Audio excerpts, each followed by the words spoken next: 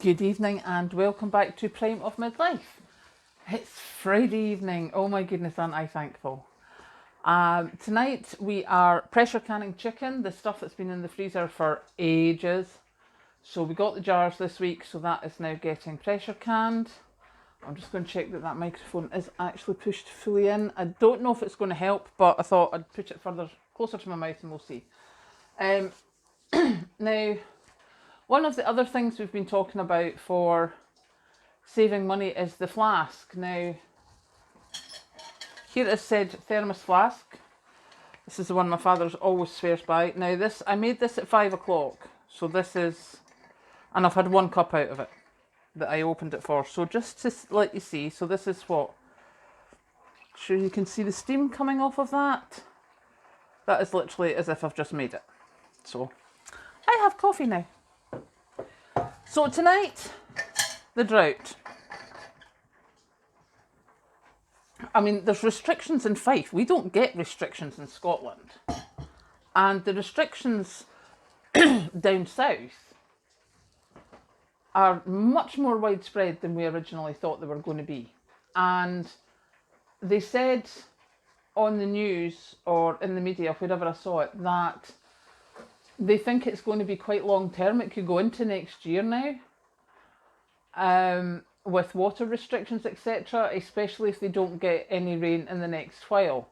And seemingly, the stuff that's due to come next week, where they've put the weather warning out, is going to be little more than useless, because if you look up the University of Reading experiment that they did, it was on ITV News, it's certainly on the ITV News website, and it shows you the 3 cups of water, and the guy turns them round on plastic, and then pulls the plastic out, and you've got the cup on the wet ground, it just goes glug, glug, glug, and it's gone. You've got the cup on what would be normal summer ground, and it sort of goes gluggedy, gluggedy, gluggedy, gluggedy. I think the first one took 50-something seconds or something like that, or that was maybe the second one. But the third one, which is the ground that we've got now, which is the hard baked, really, really dry, it still hadn't absorbed after 4 minutes. So if we get a deluge of rain, like thunderstorms, it's not going to absorb. What we need is a nice sort of light covering of rain, probably for a couple of weeks, to try and get the water, to try and get the ground softened up a bit. So yeah, this is not going to go away soon. There's no quick fix for this. And there's I think it's Thames Water now. They've had a leak and they've sent texts out to people saying, please watch your water usage, and it could be that there will be water restrictions and you might have to, we might have to bring you water bottles and stuff. So this is going to hit quite hard. There's already restrictions on buying bottled water. Personally, I wouldn't be spending my money on bottled water. I would be going to the local camping store and getting water containers. In the UK, our tap water is perfectly drinkable. Granted, if you're in London, I'm sorry, your water is rubbish, but it's still perfectly drinkable. It is still safe to drink. Maybe doesn't taste very good, but it is still safe to drink. Fill up your water containers. Much better than trying to fight in a supermarket for 5 wee bottles of Highland Spring or whatever. Go and get some water containers out of the camping stores. You get the foldable ones, you get the ones that I bought that are on the recent video. Get them and store yourself some water just in case, because as long as you don't open it for a while, it should be okay for a couple of months, I would think. I know some people say longer, but I wouldn't be going any longer than a month. And once you break the seal, you really need to drink it quite quickly, because we all know when we have drunk water in a bottle and then we leave it in the car for 2 days, it is awful after that. Okay, that's, as I've said before, when pressure canning, I need to turn the temperature up and down and up and down. Apologies. So that's it going down now. Obviously, there's all the advice from the water company saying please don't have baths, don't use your hose pipes, don't fill paddling pools, have very short showers, don't leave your taps running. We all know the basics of how to conserve water. but I think it might get a bit more than that, because seemingly, again, all this stuff that I'm reading just now, once the ground gets this hard and starts contracting underground, the pipes, especially the old cast iron pipes, with the pressure of the ground contracting, will break.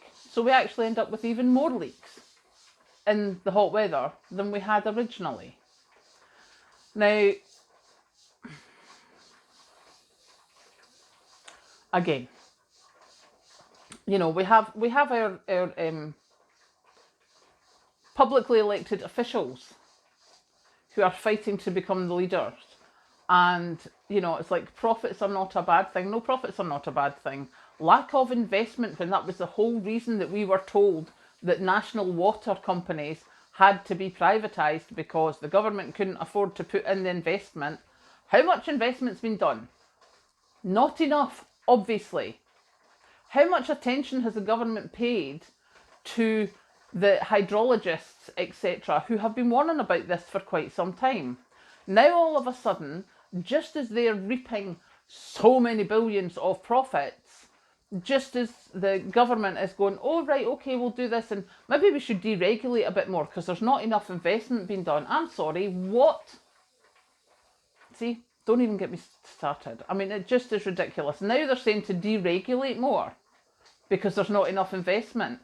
Surely, if you sold the national water companies off, you should have been watching what the privatised companies were doing. However, that's not a thing. Obviously, my head was doing that. I'd posted something on the website earlier today. I was like, nyeh.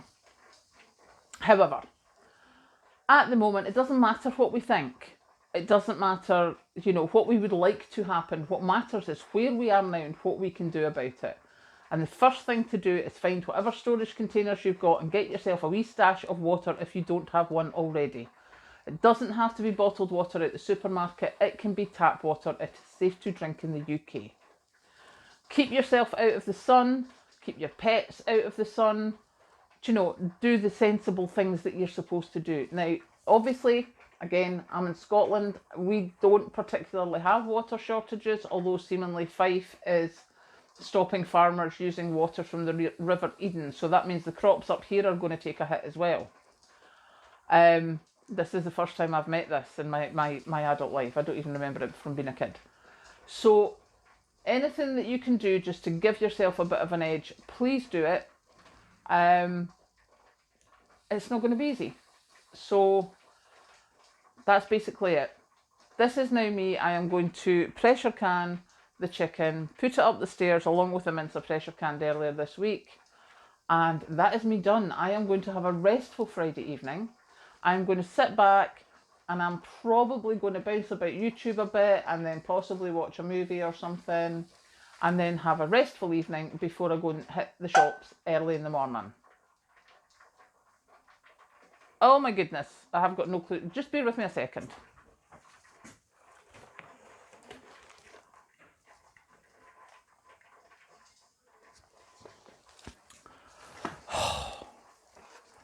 So I had this is my cans, and it was sitting on top of 4 jars of mince that have been pressure canned.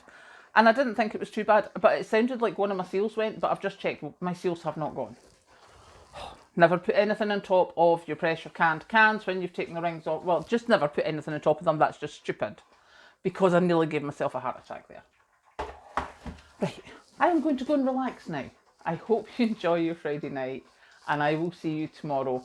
Although I guarantee nothing, because if I see something on the news tonight, you know I'm going to make a video. What can I say? See you later.